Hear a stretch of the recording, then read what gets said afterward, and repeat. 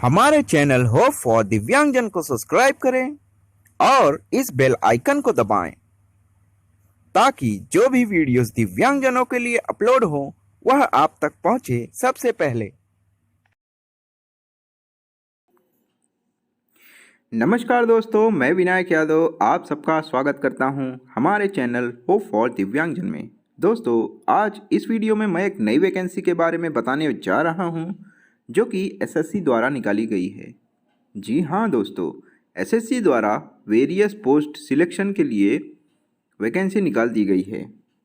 तो इसको कैसे चेक करें? सबसे पहले आप अपना गूगल ओपन करिए और यहाँ आप टाइप करिए सरकारी results.info। जैसे ही आप सरकारी results.info पर जाते हैं, पहला वाला लिंक पर क्लिक करें। आपको यहाँ पे 3 कॉलम देखने को मिलेंगे, लेटेस्ट रिजल्ट, एडमिट कार्ड और लेटेस्ट जॉब। लेटेस्ट जॉब में आप देखेंगे, यहाँ नीचे आएंगे तब यहाँ पे आप देख सकते हैं SSC selection post 9 online form. इस पर आप क्लिक करेंगे। जैसे ही आप क्लिक करते हैं, यहाँ पर आपको देखने को मिलेगा SSC various selection post 9 online form. अब हम इसके एप्लीकेशन फ़ीस के बारे में देख लेते हैं। दोस्तों, ओबीसी और जनरल कैंडिडेट के लिए 100 रुपीज़ है, एससी एसटी और पीडब्ल्यूडी कैंडिडेट के लिए 0 रुपीज़ है। अब हम इम्पोर्टेंट डेट्स देख लेते हैं। दोस्तों, इसकी ऑनलाइन एप्लीकेशन डेट जो है 24 सितंबर से स्टार्ट हो चुकी है और इसकी रजिस्ट्रेशन की लास्ट डेट है 25 अक्टूबर। 25 अक्टूबर से पहले या 25 अक्टूबर तक आप इस फॉर्म को भर सकते हैं। अब दोस्तों, इसकी एग्ज़ामिनेशन डेट के बारे में देख लेते हैं। जनवरी या फरवरी 2022 में इसकी एग्ज़ामिनेशन होगी। दोस्तों, अब इसके एज लिमिट के बारे में देख लेते हैं। मिनिमम एज इसमें 18 साल होनी चाहिए। यदि आप 18 साल या उससे ऊपर हैं तो आप इस फॉर्म को भर सकते हैं। इसकी मैक्सिमम एज जो जनरल कैंडिडेट के लिए है वह 30 साल है, बट पीडब्ल्यूडी कैंडिडेट के लिए 10 ईयर का रिलैक्सेशन होता है, यानी कि 40 ईयर्स तक के हैं तो आप इस फॉर्म को भर सकते हैं। यदि आप ओबीसी और एससी या एसटी पीडब्ल्यूडी कैंडिडेट हैं तो आपको ओबीसी में 3 ईयर का रिलैक्सेशन और मिलेगा, यानी कि 43 ईयर्स तक आप भर सकते हैं। यदि आप पीडब्ल्यूडी कैंडिडेट प्लस एससी या एसटी से हैं तो उसमें भी आप उसमें 5 ईयर प्लस और ऐड कर लें, यानी कि 45 ईयर्स तक के आप अगर हैं तो इस फॉर्म को भर सकते हैं।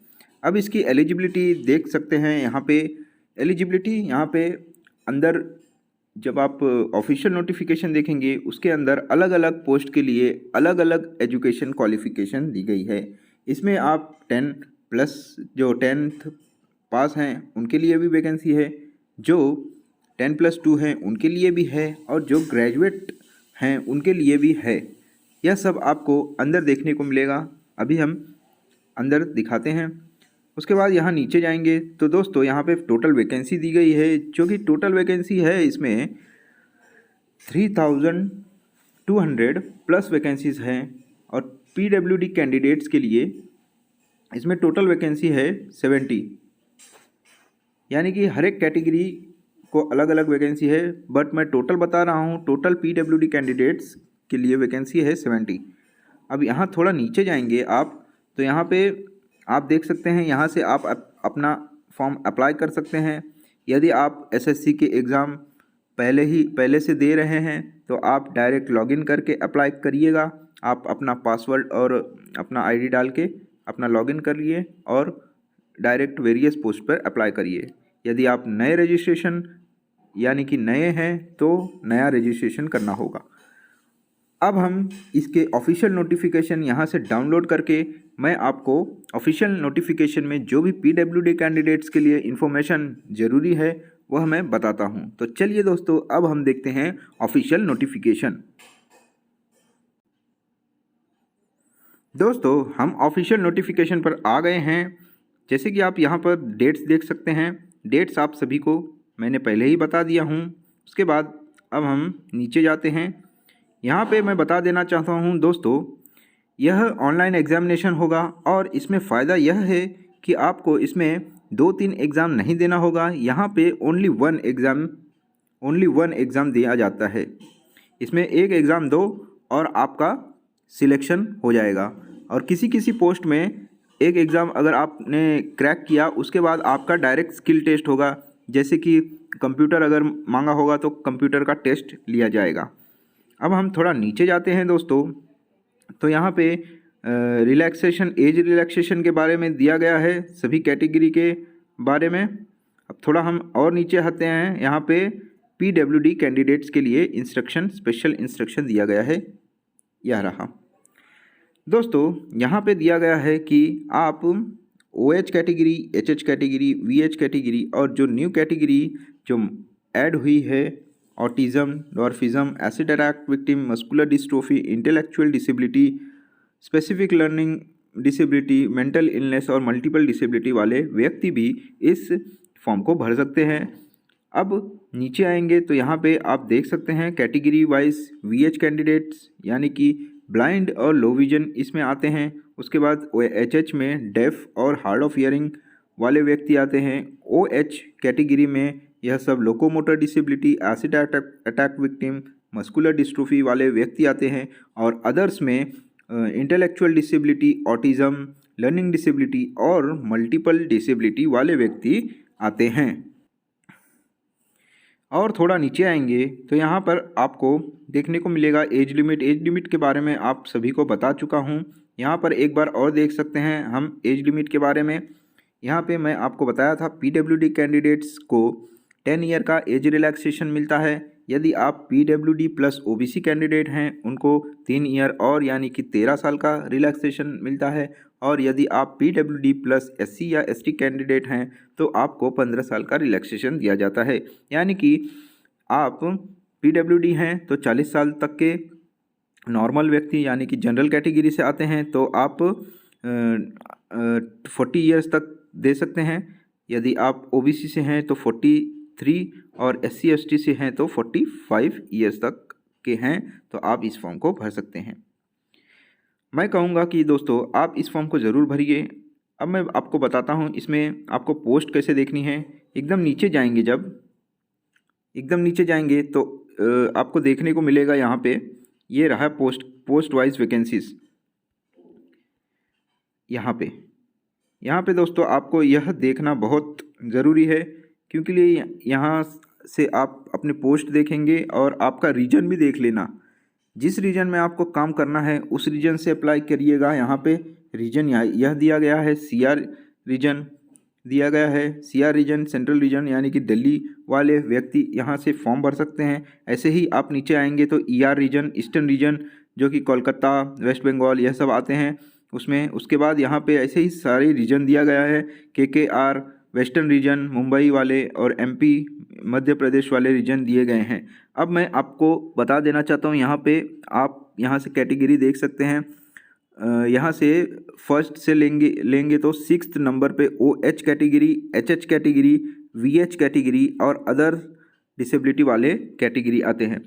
यहाँ पे स्टार्टिंग में ही ऊपर मार्क कर दिया गया है। जब आप नीचे जाएंगे तो आपको थोड़ा देखने में दिक्कत होगी कौन सी कैटेगरी कहाँ पे है। तो आप इसके लिए क्या कर सकते हैं, यहाँ से काउंट करिएगा 1st, 2nd, 3rd, 4th, 5th और 6th। या 6th नंबर पे OH कैटेगरी है, उसके बाद HH है, उसके बाद VI कैटेगरी है, उसके बाद अदर कैटेगरी है। तो ऐसे आप अपना कैटेगरी देख सकते हैं। 6 से PWD कैंडिडेट की कैटेगरी स्टार्ट हो रही है। जैसे कि मैं आपको बता देना चाहता हूँ, ये रहे OH वाली कैटेगरी। यहाँ पे आप देख सकते हैं OH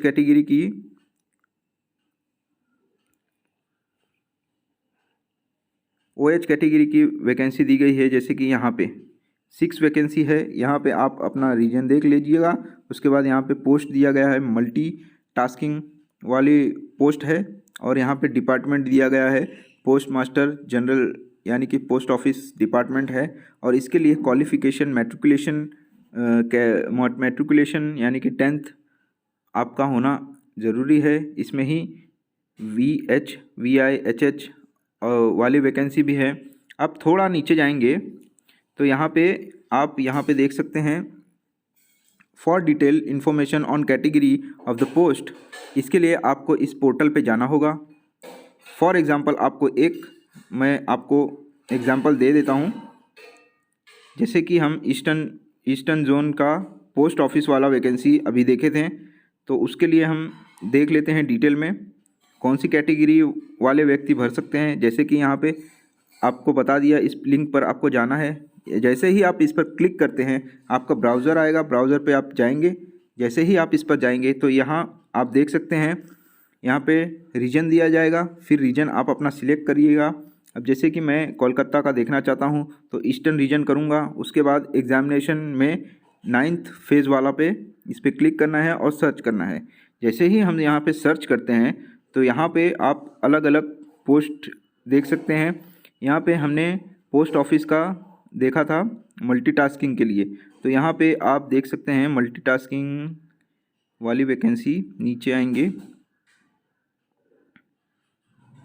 तो यहाँ पे ये रहा मल्टी स्टाफ, और ये West Bengal circle post office के लिए है। इस पर मैं जैसे ही व्यू डिटेल पर क्लिक करता हूँ, इस पर जैसे ही व्यू डिटेल पर क्लिक करेंगे यहाँ पे पूरी डिटेल आ गई है। यहाँ पे आप देख सकते हैं, यहाँ पे क्वालिफ़िकेशन दिया गया है 10th स्टैंडर्ड पास होना चाहिए और आपको लोकल लैंग्वेज आना मस्ट है। उसके बाद आप नीचे आएंगे थोड़ा तो यहाँ पे कैटेगरी PWD कैटेगरी वाइज यहाँ पे दिया गया है कौन सी सूटेबल है। यहाँ पे दिया गया है VH कैंडिडेट भर सकते हैं, OH भी भर सकते हैं, HH भी भर सकते हैं। उसके अंदर सब कैटेगरी दिया गया है। लो विजन वाले भर सकते हैं। OH में OA 1 arm 1 leg 1 arm 1 leg वाले व्यक्ति भर सकते हैं, और HH में D और PD वाले सब कैटेगरी वाले व्यक्ति भर सकते हैं। और यहाँ पे अदर कैटेगरी के लिए नो दिया गया है, यानी कि आप मल्टीपल डिसेबिलिटी या अदर कैटेगरी से आते हैं तो इस पोस्ट के लिए आप नहीं भर सकते। ऐसे ही आपको एक एक करके आप अपने रीजन का आपको वैकेंसीज देखना होगा। अब हम पीछे जाते हैं अब हम इसके एग्जामिनेशन पैटर्न के बारे में देख लेते हैं। दोस्तों, हम यहाँ पे एग्जामिनेशन स्कीम यानी कि पैटर्न के बारे में जान लेते हैं। इसमें आपको जनरल इंटेलिजेंस यानी कि रीजनिंग, जनरल अवेयरनेस पढ़ना होगा, क्वांटिटेटिव एप्टीट्यूड यानी कि मैथ्स, और इंग्लिश लैंग्वेज का बेसिक लैंग्वेज होना ज़रूरी है।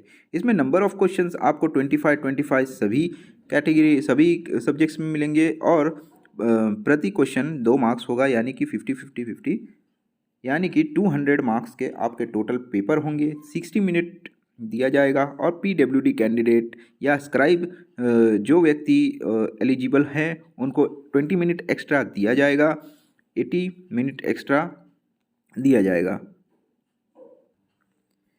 दोस्तों, अब मैं आप सबको स्क्राइब के बारे में बताने जा रहा हूँ। स्क्राइब VI कैंडिडेट यानी कि ब्लाइंड व्यक्ति ले सकते हैं, और OH कैटेगरी जो बहुत आम अफेक्टेड वाले व्यक्ति हैं वह स्क्राइब का यूज़ कर सकते हैं। सेरिब्रल पैल्सी वाले यूज़ कर सकते हैं स्क्राइब की फैसिलिटी। उसके बाद दोस्तों, यहाँ पे दिया गया है यदि अदर कोई कैटेगरी वाले व्यक्ति का हैंड राइटिंग अफेक्टेड हैंड है और लिखने में कोई प्रॉब्लम हो रही है, वह व्यक्ति यदि आप स्क्राइब लेना चाहते हैं तो यहाँ पे दिया गया है chief medical officer, civil surgeon या मेडिकल सुप्रिटेंडेंट ऑफ गवर्नमेंट से आप एनेक्स्चर 1, जो कि इसी नोटिफिकेशन पे नीचे जाएंगे, एनेक्स्चर 1 फॉर्म दिया गया है, वह आपको इन गवर्नमेंट डॉक्टरों से साइन करके आपको लेकर आना होगा, तो आपको स्क्राइब मिल जाएगा। यदि आप स्क्राइब नहीं लेना चाहते और यदि आप एक्स्ट्रा टाइम लेना चाहते हैं 20 मिनट्स, तो भी आपको एक्स्ट्रा टाइम भी दिया जाएगा, बट यह फॉर्म आपको डॉक्टर से साइन करवा के लाना होगा स्टैम्प लेके, तब आपको वहाँ एग्जामिनेशन सेंटर पर दिखाना होगा, तब आपको एक्स्ट्रा टाइम 20 मिनट्स दिया जाएगा। अन्यथा ऐसी कोई फैसिलिटी नहीं है, आपको 20 मिनट एक्स्ट्रा नहीं दिया जाएगा। जो नॉर्मल कैंडिडेट्स को 60 मिनट दिया जाता है वही आपको भी दिया जाएगा।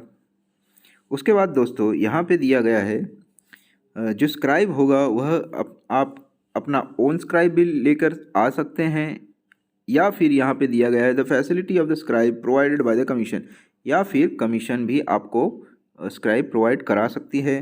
बट यहाँ पे लिखा गया है appropriate choice in this regard will have to be given in online application form. Online application form भरते वक्त वहाँ पे आपको देना होगा, यदि आप खुद लेकर आ रहे हैं या फिर आपको कमीशन द्वारा स्क्राइब दिया जाए। अब नेक्स्ट पॉइंट दिया गया है, यदि आप स्क्राइब खुद लेकर आ रहे हैं, ओन स्क्राइब लेकर आ रहे हैं, तो उसका स्क्राइब का जो क्वालिफिकेशन है 1 स्टेप बिलो होना चाहिए। यानी कि आप ग्रेजुएट हैं तो स्क्राइब भी ग्रेजुएट ना हो, यह आप ध्यान रखिएगा। यदि आप 12th पास हैं तो स्क्राइब 12th पास या ऊपर नहीं होना चाहिए, वह 10th पास हो सकेगा चलेगा। यदि आप ग्रेजुएट हैं 10th पास 12th पास चलेगा। यदि आप 10th वाले हैं और स्क्राइब यूज़ करना चाहते हैं तो वह 10th पास नहीं होना चाहिए, 10th के नीचे होना चाहिए, यानी कि 8th 9th क्लास में हो, तब आप उस व्यक्ति को स्क्राइब लेकर जा सकते हैं। यदि आप कमीशन द्वारा स्क्राइब ले रहे हैं तो वे आपका क्वालिफ़िकेशन के हिसाब से अपने स्क्राइब तो देंगे ही। उसके बाद दोस्तों एनेक्सर 2 फॉर्म आपको लेकर जाना है, उसमें आप स्क्राइब के पूरे डिटेल्स देंगे और स्क्राइब को एक valid ID proof original with photocopy लेकर जाना होगा। वहाँ पर आपको फॉर्म भरना होगा और वह ओरिजिनल आईडी प्रूफ वहाँ एसएससी वाले एग्जामिनेशन में देखेंगे। उसके बाद दोस्तों यहाँ पे नेक्स्ट पॉइंट दिया गया है, जो स्क्राइब आप ले जा रहे हैं he should not be the candidate of this examination, यानी कि वह इस एग्जामिनेशन में फॉर्म ना फिलअप किया हो तभी वह स्क्राइब आपका बन सकता है। उसके बाद दोस्तों यहाँ पर दिया गया है 20 मिनट एक्स्ट्रा दिया जाएगा जो भी व्यक्ति स्क्राइब लेकर जा रहे हैं। और यहाँ पर दिया गया है कैंडिडेट जो स्क्राइब नहीं ले जाना चाहते या नॉट अलाउड है, उनको भी एक्स्ट्रा कंपनसेशन टाइम दिया जाएगा। बट एनेक्सर 1 फॉर्म आप अपने साथ लेकर जाइएगा डॉक्टर वाला, उसमें लिखा होगा कि आपकी हैंड मतलब आपका स्पीड राइटिंग स्लो है, तब आपको एक्स्ट्रा 20 मिनट्स दिया जाएगा। और दोस्तों यहाँ पे नेक्स्ट लास्ट पॉइंट दिया गया है, यहाँ पे कैंडिडेट जो भी स्क्राइब लेकर जा रहे हैं वह उसकी एलिजिबिलिटी जो है आप एलिजिबल हैं तभी आप स्क्राइब लेकर जाएं, अन्यथा लास्ट में डॉक्यूमेंट वेरिफिकेशन के बाद भी आपका कैंडिडेचर कैंसिल कर दिया जा सकता है। और कोई भी एग्ज़ामिनेशन एसएससी द्वारा जो भी कंडक्ट किए जाते हैं उसमें आपको कभी मौका नहीं दिया जाएगा। तो आप इस पर ध्यान रखिएगा। यदि आप स्क्राइब यूज़ करते हैं यानी कि आप एलिजिबल हैं तभी आप स्क्राइब लेकर जाइएगा। तो दोस्तों जो भी इन्फॉर्मेशन इस नोटिफिकेशन से संबंधित पीडब्ल्यूडी कैंडिडेट्स के लिए इम्पोर्टेंट थी वह मैं बता चुका हूँ। आप इस फॉर्म को आप देख लीजिएगा एक बार, नोटिफिकेशन डाउनलोड करके एक एक पोस्ट, एक एक रीजन और क्वालिफ़िकेशन भी आप ध्यान से देखकर आप अप्लाई करिएगा। और एक ही एग्ज़ामिनेशन है दोस्तों, इस यह एग्ज़ामिनेशन इजी भी होती है और कैंडिडेट भी ज़्यादा इस फॉर्म को नहीं भरते हैं। तो आप इस फॉर्म को ज़रूर से ज़रूर भरें और इसको पास करके आप एसएससी में सिलेक्शन ले सकते हैं। तो दोस्तों आज का वीडियो यहीं समाप्त करता हूँ। धन्यवाद, आपका दिन शुभ हो।